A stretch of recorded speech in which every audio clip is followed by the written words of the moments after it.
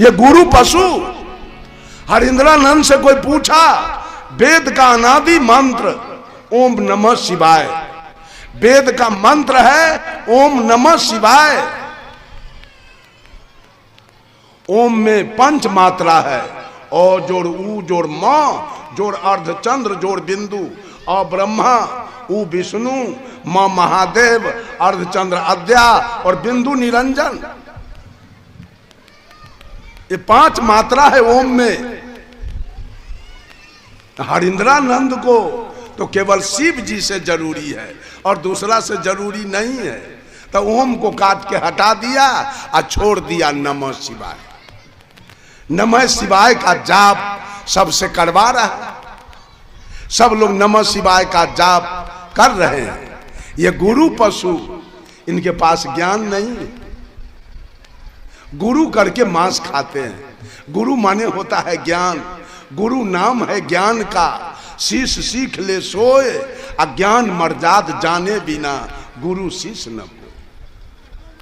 आज जिसको ज्ञान होगा। अच्छा एक बात बताइए, मांस कौन चीज से बनता है और हड्डी?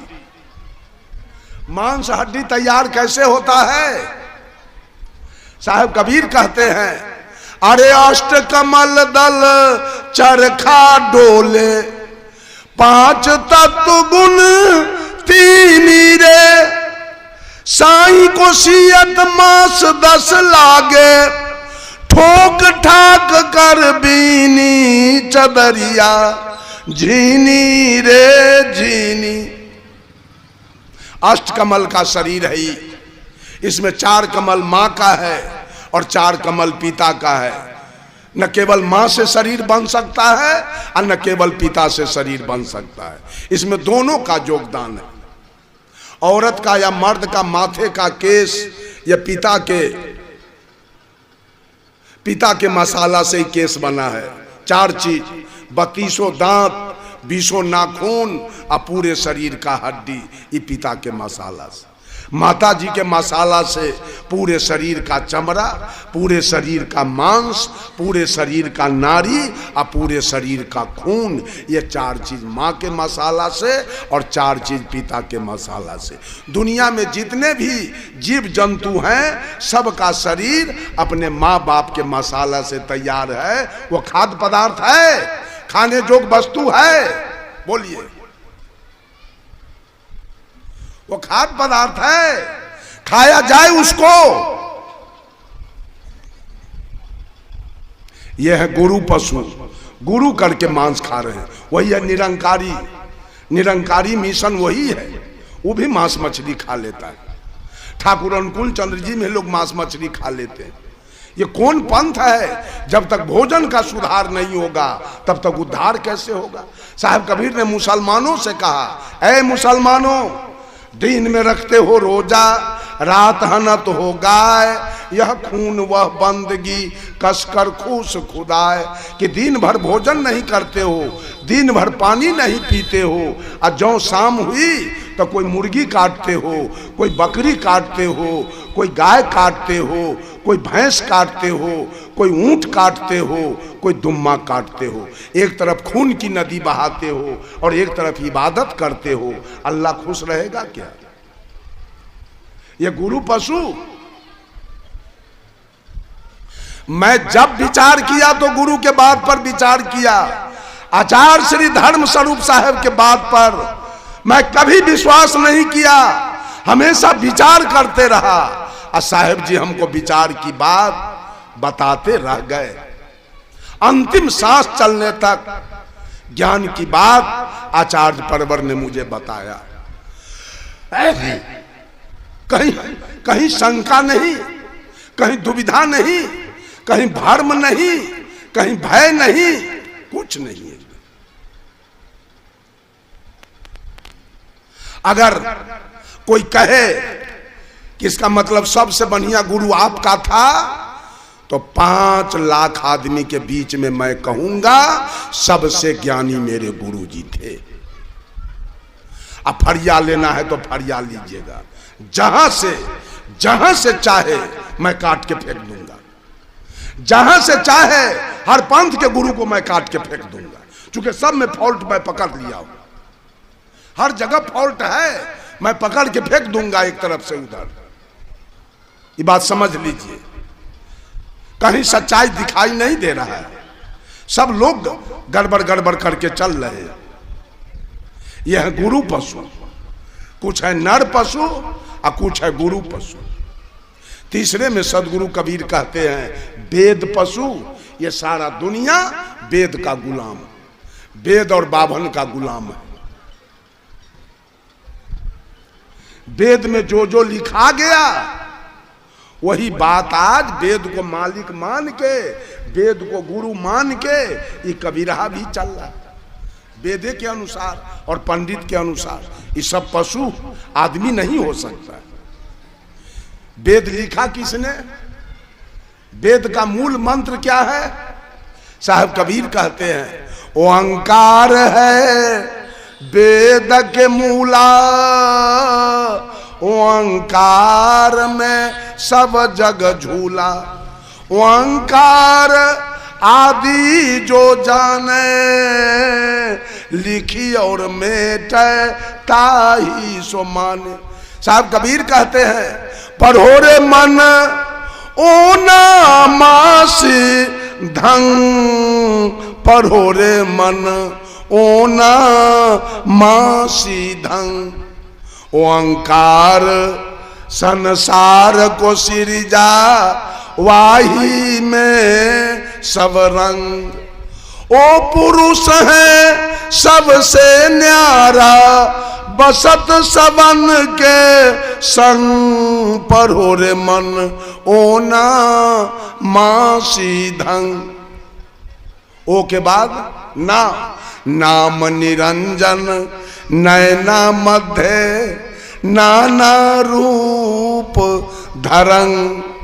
निराकार निर्गुण अविनाशी, लखिन परे वाके रंग। पढ़ो रे मन ओना मासी धंग। उसके बाद है माँ, माया मोह मगन भय नाचे, उपजे रंग तुरंग। माटी के तन थिर न रह तू है, दिनचारी के संग। पढ़ो रे मन ओना मासी धंग। उसके बाद है सी, शील संतोष हृदय बीच राखो, सत्य सबूरी अंग। सत्य बचन संतन के मानो, सृजनहारा संग। पढ़ो रे मन ओना मासी धंग। अंत में है धंग, धंधा धोखा दिल में न राखो, धैर्य धरो तेहि अंग। कहीं कबीर सुनो भाई साधो, गुरु के नाम अनंत। पढ़ो रे मन ओना मासी धंग। वेद क्या है? वेद किसने लिखा? वेद कौन लिखा? वेद लिख के कौन हमको गुलाम बनाया? वेद का गुलाम ये सारे लोग वेद के गुलामी खट रहे हैं। माय को जलाएगा और तुरंत एगो उतरी लेके पहन लेगा गर्दन में। बाप को जलाएगा तुरंत एक उतरी लेके गर्दन में पहन लेगा। अब माय को जला दिया और झूठा कहेगा बाभन जब माय के सोने के लिए पलंग दीजिए, तो ये बेवकूफ माय को जलाइयो दिया अब माय के सोने के लिए पलंग बनवा के दान करेगा। ये पशु है कि आदमी? जो माँ को जला दिया आप, वो माँ पलंग पर सोएगी, वो माँ साया साड़ी ब्लाउज पहनेगी, वो माँ चाउर चिवड़ा और पूरी या दही खाएगी, वो माँ के लिए थरिया लोटा आ गिलास कटोरा चाहिए। जेहने ढहलेलू बाभन आ तेहने ढहलेलू जजमान, दोनों मिलल।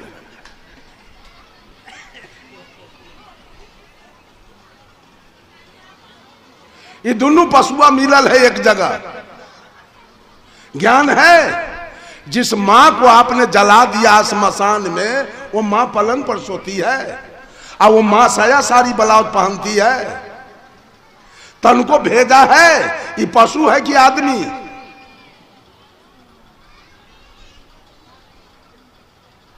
एक जादव जी के यहां पंडित जी गए, आश्विन महीना तर्पण कराने। तर्पण होता है ना, लोग पानी देता है पीतर के। जादव जी नेता था, धनवानो था, बदमाशो था। जब उसके घर के 1 किलोमीटर के दूरी पर पंडित जी पहुंचे तो झोरा में देखते हैं तो कुछ है ये नहीं। अब तर्पण कैसे होगा? जादव जी है बदमाश, कहीं मुंह न फुला देवे पंडित जी के। अब सोचे अब क्या करें, अब तो कुछ है नहीं। बगल में खरौड़ी था, पंडित जी उसी में कतरा उखाड़ लिया। कतरा उखाड़ के और उसी में गिरा उरा पार के कुश के जैसे बना दिया, गया जादव जी के हाथ में घुसा दिया। कहा मंत्र पढ़िए, तर्पण कीजिए। तो जादव जी कहा, वो पंडित जी वही तो कुश नहीं बुझा रहा है, ये तो कतरा है। तो ये कहता है पंडित, अहिर गरेरियम कतरम कुशम। जादव आ गरेरी के लिए कतरे कुश होता है, पढ़िए। अहिर गरेरियम कतरम कुशम, अहिर गरेरियम कतरम कुशम। जादव जी देखे झंझट करने से क्या फायदा है, पढ़ दिए। तो पंडित जी कहता है हमरा दक्षिणा दीजिए, अब दूसरों द्वार जाएंगे। तो जादव जी कहे पंडित जी पैसा तो अभी नहीं है। तो कहा कि कुछ औने पानी दे दीजिए, हम चले जाएंगे। तो जादव जी तराजू लिए। आप लोगों के यहाँ तो बेरी हम नहीं देखते हैं, हमारे वैशाली जिला तरफ भूसा रखने के लिए लोग बांस के बेरी बना के रखते। वो बेरी में गए जादव जी, और दोनों तराजू के पल्ला पर 5-5 किलो गेहूं के भूसा लेकर के आए। पंडित जी को कहे लीजिए दक्षिणा। तो पंडित जी कहा क्या ओ जजमान दिमाग खराब हो गए, भूसा कहीं दक्षिणा भेलैया। तो जादव जी कहे पंडित जी अहिर गरेरियम कतरम कुसम, तो दक्षिणा में पल्लम भूसम। अगर भूसा दक्षिणा नहीं होता है तो कतरा भी कुछ नहीं होता है। ज्यादा बोलिएगा तो बिना मुंह फुलैले यहां से हम जाने नहीं देंगे। ये बात समझ लीजिए। आज तक ओकरे बात बूझ करके ओम सोहा सब पढ़ रहा है, आज तक गुरु बना हुआ है। ओकरे कहे पर काली दुर्गा के निकट बकरी कटवा रहा है। सब काम चल रहा है। साहब कबीर कहे सब वेद पशु है, सब वेद का गुलाम है।